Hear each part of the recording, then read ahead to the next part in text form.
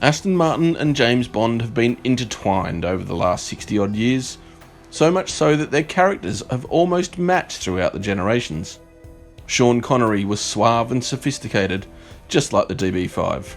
Roger Moore was a bit more camp and ultra-patriotic, like the original Vantage and the Lagonda limousine in the 1980s. And Pierce Brosnan and Timothy Dalton, well, they were good looking enough but completely forgettable facsimiles, like the photocopied family of Astons we've had for the last 15 years or so. And then came Daniel Craig, who is ultimately a bit of a thug in a Savile Row suit, exactly like this, the brand new Aston Martin DBS Superleggera. The DBS Superleggera essentially takes over from the Vanquish as Aston's Super GT, a sharper, more powerful extension of the DB11 Grand Tourer on which it is based. The Vanquish badge hasn't been dishonourably discharged though, it's just been given a leave of absence and is likely going to return with Aston's upcoming mid-engine rival to the Ferrari 488 GTB. Until then, the Superleggera has the Ferrari 812 Superfast right in its gun sights. Heck, it even has an Italian name.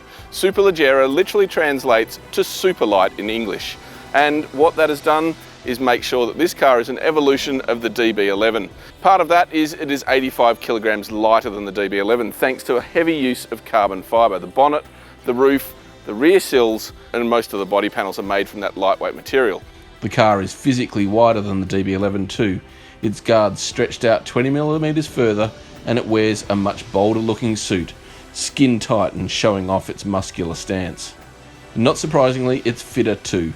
The 5.2 litre twin-turbo V12 engine has been tweaked to increase power to 533 kilowatts, while maximum torque is lifted to an earth-twisting 900 Nm, on tap from just 1800 RPM. That has necessitated the need for a stronger 8-speed automatic gearbox, featuring a shorter final drive ratio that helps it sprint from 0 to 100 km an hour in just 3.4 seconds. So while it looks more muscular from the outside, from in here it is fairly familiar from the DB11.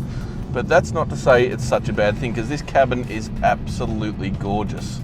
The sumptuous leathers, the handcrafted stitching, the beautiful carbon fibre elements all lend to make this car a very, very special place to sit. However, from behind the wheel, the DBS Superleggera has an immediately different character to the way it drives.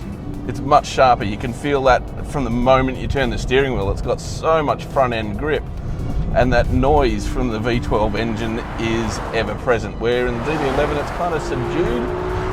You won't miss this car at all. This thing sounds epic. Listen to that. On the overrun, it's just got so much character, and that's kind of what you want from this grand Super GT car. It's also quite effortless to drive, and particularly in the basic comfort modes. It's got great compliance. It's a really effortless, easy car to drive. But then all you got to do is switch these toggles to the Sport Plus mode, drop it down a few gears, and holy my God, this thing is epically fast. And then through the corners, the wider track, the more rubber it has, this thing's got so much grip. It's a great car to drive. On a twisty mountain pass, you won't see which way this thing went. It's a big, heavy car, but it feels lighter and smaller and more agile than it actually is. Relentless in its acceleration, relentless in its pursuit of luxury, this thing just never gives up. But then at the other end of the spectrum, you could absolutely effortlessly drive it from Munich to Monaco without breaking a sweat. The Aston Martin DBS Superleggera is available to order now, costing from $517,000, with the first deliveries due in Australia later this year.